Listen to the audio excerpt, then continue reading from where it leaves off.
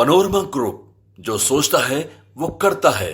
RJD नेता और Jan Suraaj candidate के समर्थक दुलार चंद यादव की हत्या के 60 घंटे बाद मोकामा से जदयू प्रत्याशी और पूर्व विधायक अनंत सिंह को गिरफ्तार कर लिया गया। 1 नवंबर की रात करीब 12:30 बजे अनंत सिंह ने अपने फेसबुक पेज पर लिखा था, सत्यमेव जयते, मुझे मोकामा की जनता पर पूर्ण भरोसा है, इसलिए चुनाव अब मोकामा की जनता लड़ेगी। वोटिंग से 4 दिन पहले अनंत सिंह को जेल भेज दिया गया। इससे पहले भी वो 2015 में जेल से चुनाव लड़कर जीत चुके हैं। तो क्या 10 साल बाद फिर जेल से जीतेंगे अनंत सिंह? गिरफ्तारी के बाद अब उनका क्या होगा, सब कुछ एक एक कर जानेंगे। नमस्कार, आप देख रहे हैं न्यूज हाट, मैं हूं आपके साथ रितेश शर्मा। अनंत सिंह की गिरफ्तारी का आखिर पूरा मामला क्या है? 1 नवंबर की आधी रात को पटना पुलिस ने जदयू प्रत्याशी अनंत सिंह को गिरफ्तार कर लिया। पटना एसएसपी कार्तिकेय शर्मा ने कहा कि अनंत सिंह को दुलार चंद यादव की हत्या के आरोप में गिरफ्तार किया गया है। शुरुआती जांच में पता चला है कि वो घटनास्थल पर ही मौजूद थे। दरअसल 30 अक्टूबर की दोपहर जनसुराज कैंडिडेट पीयूष प्रियदर्शी और जदयू प्रत्याशी अनंत सिंह के समर्थकों के बीच झड़प हुई थी।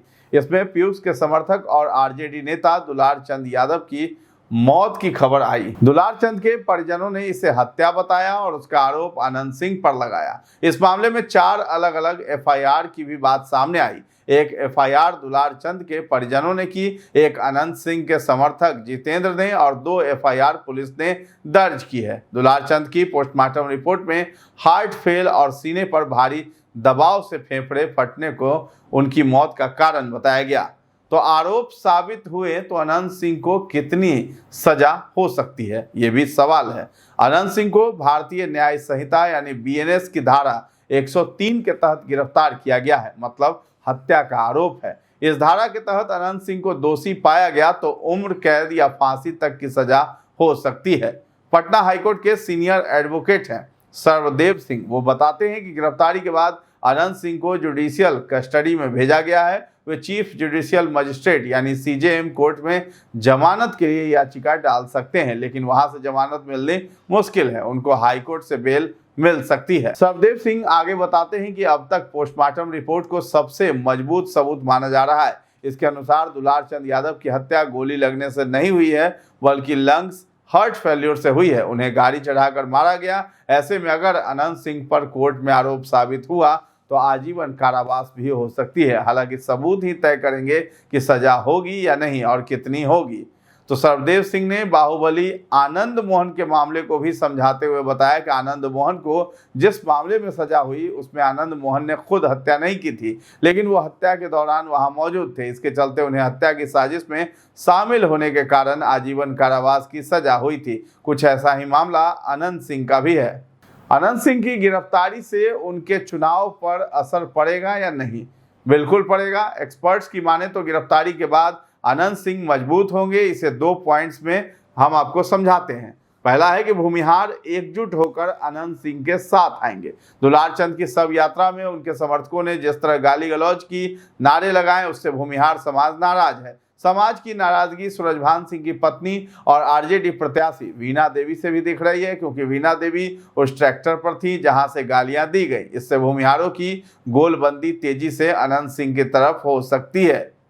दूसरा पॉइंट है कि मोकामा के भूमिहारों में सूरजभान और अनंत सिंह दोनों की पकड़ है। इस घटना से पहले तक भूमिहार वोटरों में बंटवारा हो रहा था। अब उनकी एकजुटता अनंत सिंह की तरफ दिख रही है। सब यात्रा के दौरान हुए गाली गलौज ने सूरजभान की पकड़ को कमजोर कर दिया है। इसके साथ ही एक और पॉइंट है कि अगड़ा पिछड़ा की गोलबंदी भी कमजोर हो सकती है। सरकार ने बहुत सधे तरीके से अनंत सिंह को गिरफ्तार किया है। दुलार चंद की हत्या के आरोप के बाद अनंत सिंह कमजोर पड़े थे।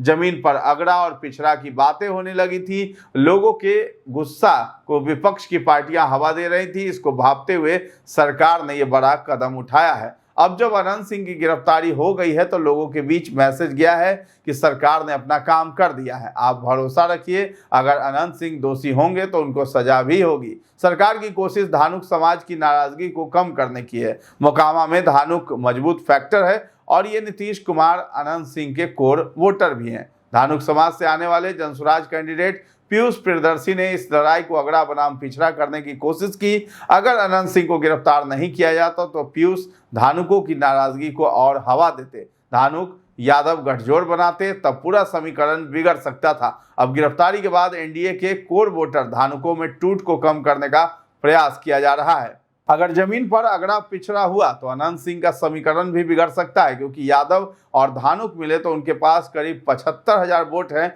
जो भूमिहार से ज्यादा होगा। हालांकि धानुक पूरी तरह नीतीश कुमार या एनडीए का साथ छोड़कर तेजस्वी के साथ जाएंगे, इसकी संभावना कम लगती है। लेकिन दुलार चंद की हत्या के बाद उनमें नाराजगी तो है। इस नाराजगी को वोटिंग से पहले कम नहीं किया गया तो समीकरण बिगड़ सकता है।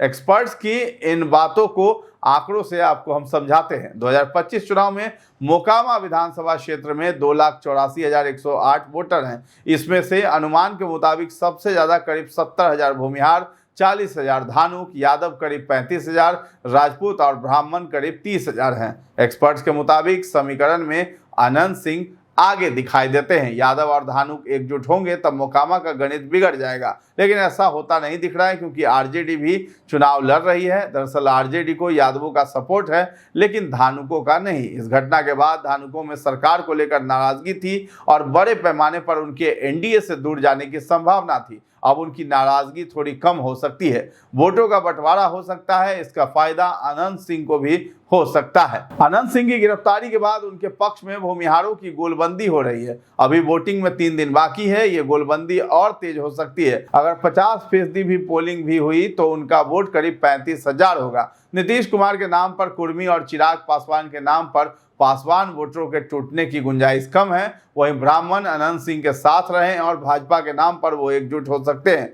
एक बात ये भी ध्यान रखने वाली है कि धानुक अनंत सिंह और नीतीश कुमार के कोर वोटर रहे। चूंकि 90 के दशक में जब दुलार चंद का मोकामा के टाल एरिया में आतंक था, तब धानुकों को अनंत सिंह ही सुरक्षा देते थे, इसलिए धानुक पूरी तरह उनसे दूर होंगे, इसकी संभावना कम है। अनंत सिंह की गिरफ्तारी के राजनीतिक मायने क्या हैं वो भी हम आपको समझाते हैं। 2 बड़े मायने हैं इसके।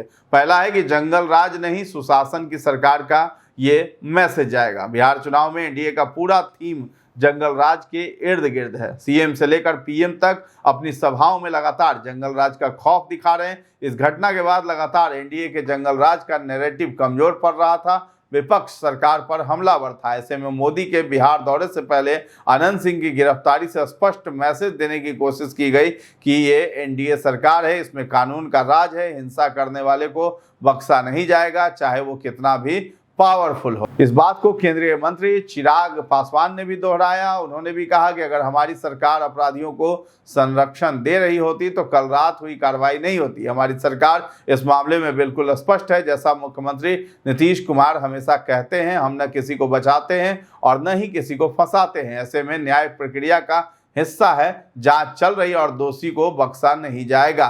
दूसरा पॉइंट है कि अनंत सिंह की गिरफ्तारी से इलाके की 9 सीटों को सीधे तौर पर साधने का मौका मिलेगा। दुलारचंद यादव मोकामा में धानुक समाज से आने वाले जनसुराज के कैंडिडेट पीयूष प्रियदर्शी के समर्थन में चुनाव प्रचार कर रहे थे। जब उनकी हत्या हुई वो पीयूष के साथ ही घूम रहे थे। ऐसे में उनकी हत्या के बाद राज्य भर में मैसेज जा रहा था कि सरकार पिछड़ा खासकर धानुक को परेशान कर रही है। कहा जा रहा था कि सरकार भूमिहार जाति से आने वाले अनंत सिंह को बचा रही है और धानुक पीयूष प्रियदर्शी को दबाने की कोशिश की जा रही है। तो अब अनंत सिंह की गिरफ्तारी हो चुकी है। इसके बाद मैसेज जाएगा कि सरकार ने कार्रवाई में किसी तरह का पक्षपात नहीं किया है। ऐसे में कुर्मी, कोयरी, धानुक सहित ईबीसी की नाराजगी एनडीए से दूर होगी। उनके बड़े पैमाने पर छिटकने की संभावना भी कम होगी। इन्हें नीतीश कुमार का कोर वोट बैंक माना जाता है। इसका डायरेक्ट असर मोकामा, बाढ़ और इससे सटे मुंगेर, तारापुर, जमालपुर, शेखपुरा, बरबीघा, लखीसराय और सूर्यगढ़ा विधानसभा सीटों पर